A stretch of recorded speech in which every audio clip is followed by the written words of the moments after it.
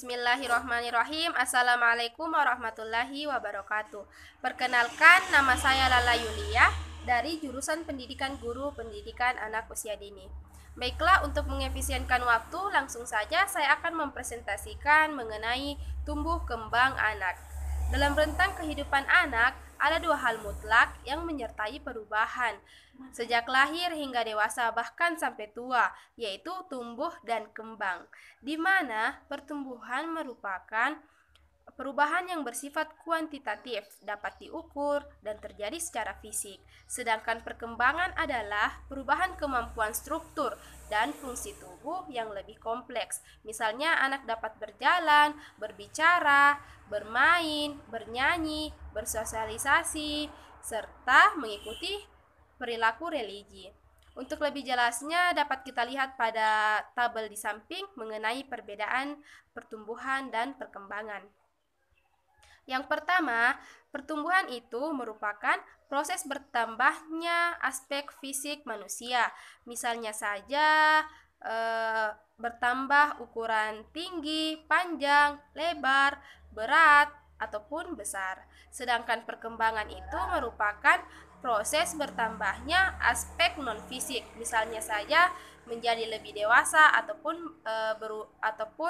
berubahnya ukuran mental.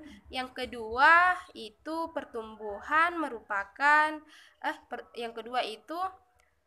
pertumbuhan bersifat kuantitatif, yaitu tampak terlihat jelas atau dapat diukur tingkat perubahannya. Misalnya saja mengukur tinggi atau berat badan. Sedangkan perkembangan itu bersifat kualitatif, artinya tidak terlihat jelas atau hanya bisa dinilai menggunakan alat ukur tertentu atau hanya bisa diprediksi.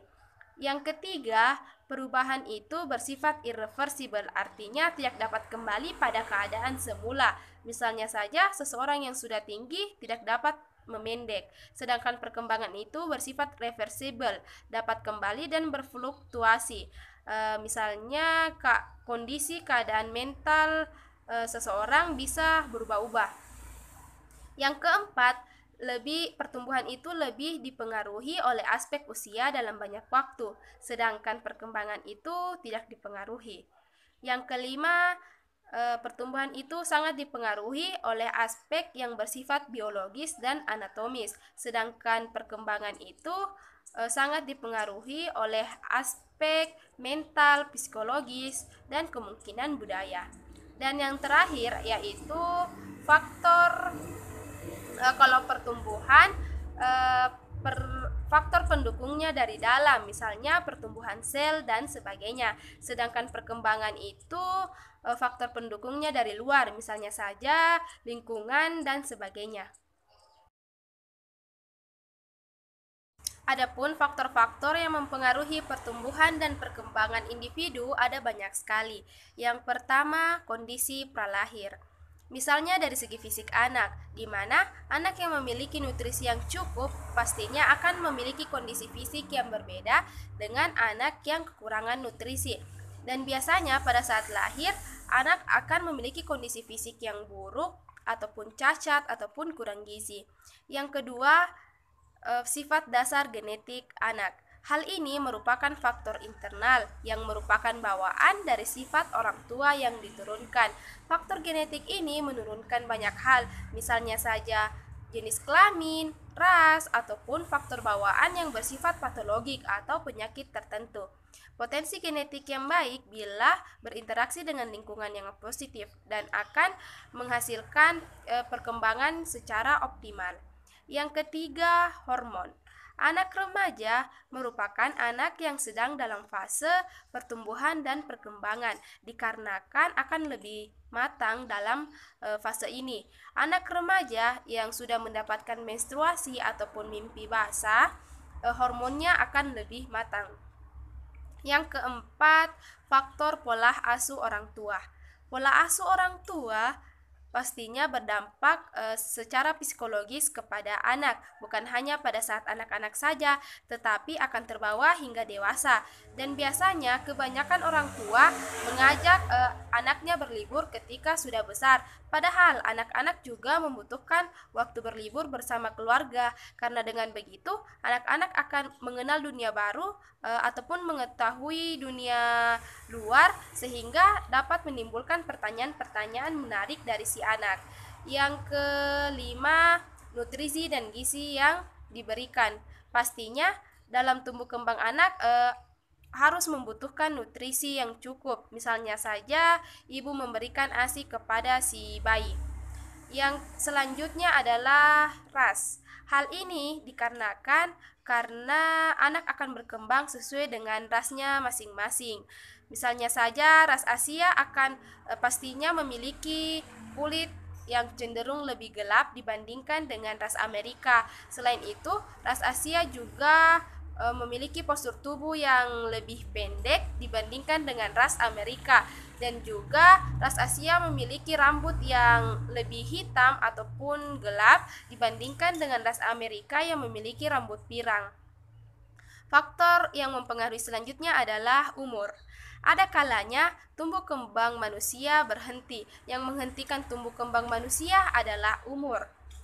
Tumbuh kembang manusia dimulai dari sejak lahir hingga seseorang berusia 20 tahun. Saat dewasa, seseorang bukan lagi berada dalam fase pertumbuhan dan perkembangan. Yang selanjutnya adalah jenis kelamin. Jenis kelamin juga merupakan salah satu faktor penentu pertumbuhan dan perkembangan. Ada dua contoh yang terkait dengan jenis kelamin. Yang pertama itu saat masih bayi dan anak-anak, biasanya pertumbuhan anak perempuan lebih cepat dibandingkan dengan anak laki-laki. Jadi tidak heran jika ada anak perempuan yang lebih cepat berbicara daripada anak laki-laki. Yang kedua, saat masa pubertas, keadaannya malah terbalik. Pertumbuhan anak laki-laki lebih cepat dibandingkan dengan anak perempuan. Faktor yang selanjutnya adalah stimulasi. Stimulasi yang baik bermanfaat bagi tumbuh kembang anak. Misalnya saja anak diberikan stimulan baik dari dalam kandungan ataupun di luar kandungan. Faktor yang selanjutnya adalah lingkungan.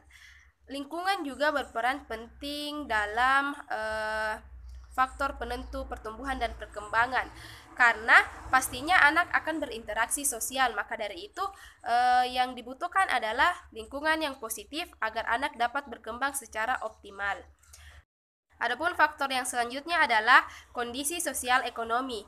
Pastinya dalam memenuhi kebutuhan anak tidak terlepas dari yang namanya biaya. Maka dari itu kondisi sosial ekonomi juga memegang peranan penting. Faktor selanjutnya adalah pendidikan orang tua.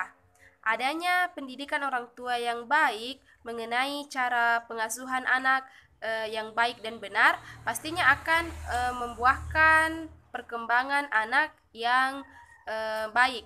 Misalnya saja seperti kita yang ada di jurusan pendidikan guru, pendidikan anak usia dini yang bisa suatu saat mengaplikasikannya. Faktor yang terakhir adalah kondisi psikologis atau kejiwaan.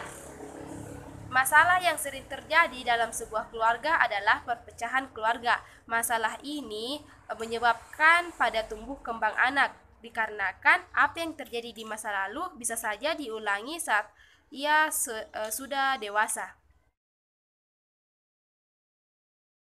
Hukum pertumbuhan dan perkembangan adalah suatu kecenderungan umum yang menyertai pertumbuhan dan perkembangan manusia. Adapun hukum-hukumnya terbagi atas 5.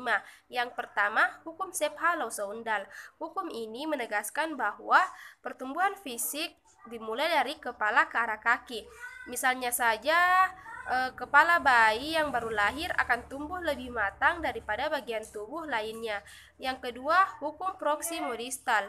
Hukum ini menegaskan bahwa pertumbuhan fisik berpusat pada sumbu dan mengarah ke tepi. Alat-alat tubuh yang berada pada pusat adalah hati, jantung, dan alat-alat pencernaan lebih dahulu berfungsi daripada yang ada di tepi. Yang ketiga, perkembangan terjadi dari umum ke khusus. Seperti yang dikatakan oleh Werner bahwa anak lebih dahulu akan mampu menggerakkan lengan atas, lengan bawah, serta tepuk tangan daripada menggerakkan jari-jari tangannya. Yang keempat, berlangsung dalam tahapan-tahapan, di mana setiap masa perkembangan pasti memiliki ciri-ciri perkembangan yang berbeda. Contoh penahapan manusia meliputi masa pralahir, masa jabang bayi 0-2 minggu, masa lahir 2-1 bulan, masa prasekolah 1-5 tahun, dan seterusnya. Yang kelima yaitu hukum tempo dan ritme perkembangan. Hukum ini menegaskan bahwa perkembangan terjadi secara berurutan, terus-menerus, dan dalam tempo perkembangan yang relatif tetap, serta berlaku secara umum. Itulah materi yang saya sampaikan. Kurang dan lebihnya mohon dimaafkan. Wassalamualaikum warahmatullahi wabarakatuh.